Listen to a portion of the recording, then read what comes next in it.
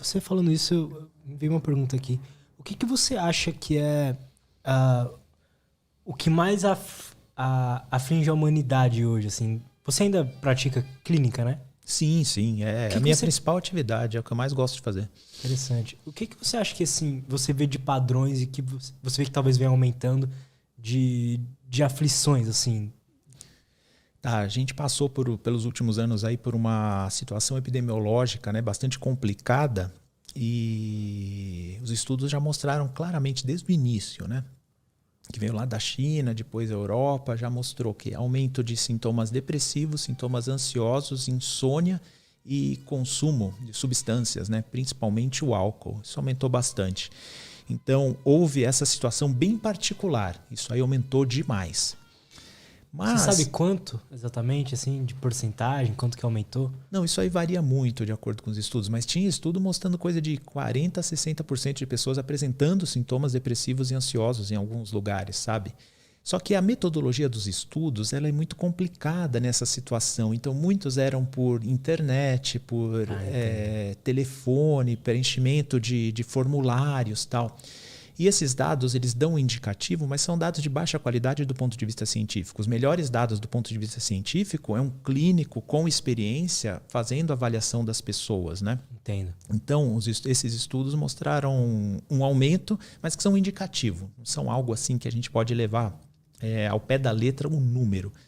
Mas, sabe, essa sua pergunta é interessante. Até 2017, quando me perguntavam isso, eu falava assim, olha, eu acho que está se falando mais sobre os transtornos psiquiátricos, está se falando mais sobre depressão, ansiedade e outros problemas, e as pessoas estão reconhecendo mais em si e nos outros. Então, acho que esse aparente aumento é por causa disso. Porque não havia dados que dessem um suporte para isso, por dizer que está aumentando.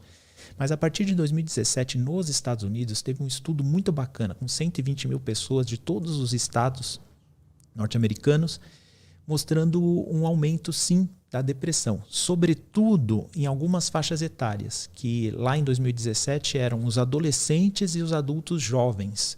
Tá. Foi muito curioso isso, porque quando mostrou um aumento da depressão, falaram, vamos ver quem que está sendo mais acometido. Aí falaram lá, bom, vamos ver por faixa de renda. Não, todo mundo aumentou igual, renda não mudou. Tá, vamos ver então por escolaridade. Não, escolaridade também não diferenciou. Cara, vamos ver então se foi por etnia, né? Não, também não foi. Homem e mulher, também não foi. Mulher tem o dobro de depressão que homens, mas isso não mudou. Continua a proporção. O que causou a desproporção foi idade. Então parece que tem algo nessa geração, atualmente, de adolescentes e adultos jovens que vulnerabilizou mais para a depressão. Então realmente está tendo aumento. É muito complicado. Isso é muito complicado, né? Porque, Luiz, em medicina é relativamente fácil ver que algo está acontecendo.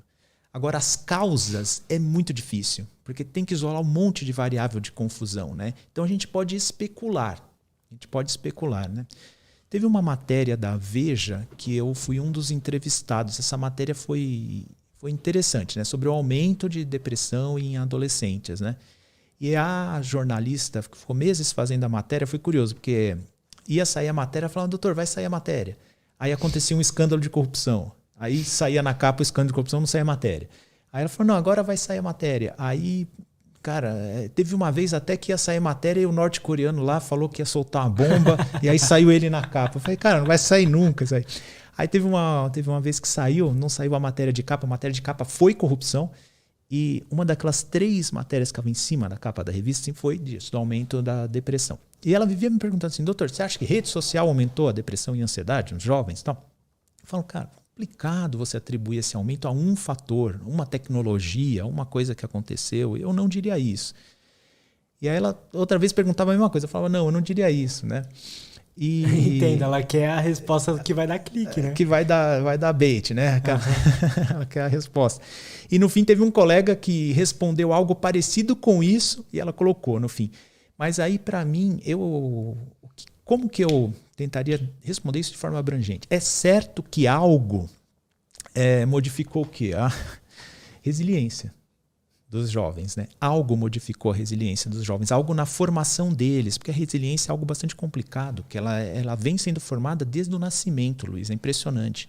Bebês institucionalizados, que é o bebê que cresceu no orfanato, sabe, numa instituição, em vez de no seio de uma família, com o pai, a mãe que cuida, né? Independente da configuração que a família tenha, mas que cresceu no seio de uma família, ele desenvolve com muito mais resiliência do que crianças institucionalizadas, entende?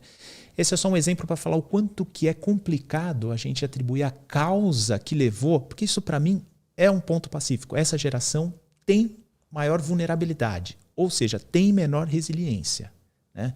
Para, enfim, passar pela vida, pelas adversidades sem desenvolver um transtorno psiquiátrico. Alguma coisa aconteceu na formação. Eu acho que é aí que a gente tem que olhar.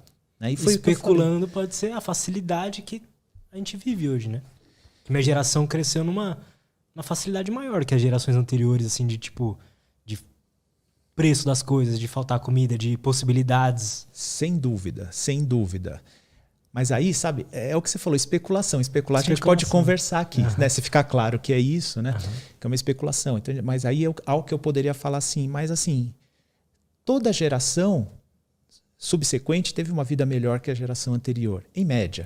Tirando situações de guerra, etc., né? Tirando pontos fora da curva, se a gente pega assim, em geral, as gerações subsequentes, em geral, uma geração anterior deixa um mundo um pouquinho melhor, mais fácil para os filhos e assim por diante, né?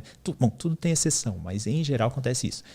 Aí fala assim, Fernando, mas tem que lidar com essa tecnologia. Eu falo, cara, quando eu era pré-adolescente, era o videogame que ia me destruir. Os meus irmãos era a TV. Acho que o meu pai era o rádio, entende? Meus irmãos mais velhos, né? E agora é a rede social, os jogos, por exemplo, né? Então, sempre tem uma tecnologia nova, sempre tem um... Então, é muito complicado isolar. Tudo a gente pode especular e muito provavelmente seja um pouco de cada coisa que a gente, converse aqui, né?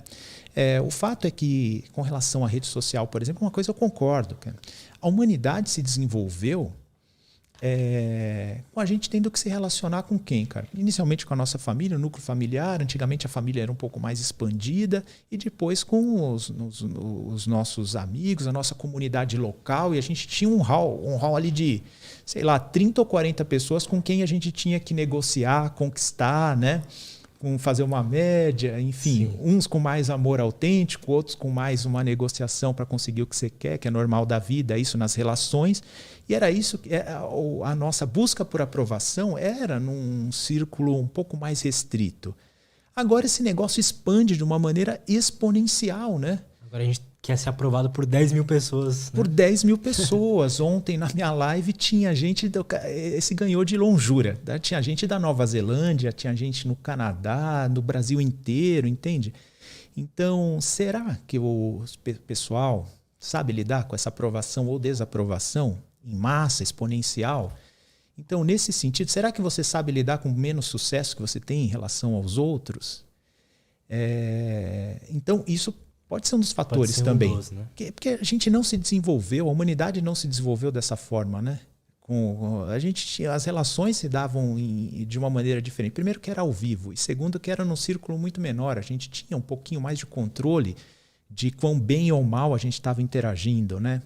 E agora as interações são muito grandes, impactam demais alguns jovens. Então, pode ser um fator a mais aí.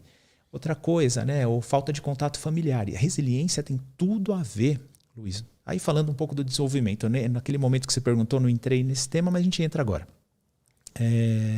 A coesão familiar e o apoio familiar que as pessoas têm é fundamental para o desenvolvimento da resiliência na vida adulta. Né? Quem não tem isso, que nem eu falei, crianças institucionalizadas tendem a ter menos resiliência na vida adulta. A coesão familiar, sabe aquela coisa da família, por exemplo, que janta junto e discute os problemas todos juntos, que você pode levar, que você sabe que você vai ter um porto seguro ali, mesmo que você tenha feito algo errado. Você vai ouvir uma repreenda, mas as pessoas vão te ajudar a lidar com as consequências, sabe? Sim. Isso traz segurança para as pessoas se desenvolvem com segurança e com o tempo vão desenvolvendo a sua independência. Né? Mas a pessoa que não vivencia essa segurança nas idades mais tenras tendem a ser inseguras na vida adulta. Então, olha só, é uma série de fatores que pode estar influenciando. Então, o que eu diria para quem está ouvindo a gente, para você, cara, qualquer pessoa que vir com uma solução simples para um problema tão complexo como esse, assim, ou ela está querendo se fazer de sabida ou ela nem percebe o quão simplória ela é. Né? É um problema bastante complexo, tem bastante coisa envolvida. Ou clique, né? Ou ela quer clique. Hoje em dia Tem essa, eu não entrei na má intenção, mas a pessoa entendo, que vende uma solução fácil para um problema tão complexo, é isso que você falou. Ou tem má intenção, ou não percebe o quanto que ela está sendo simplória, né?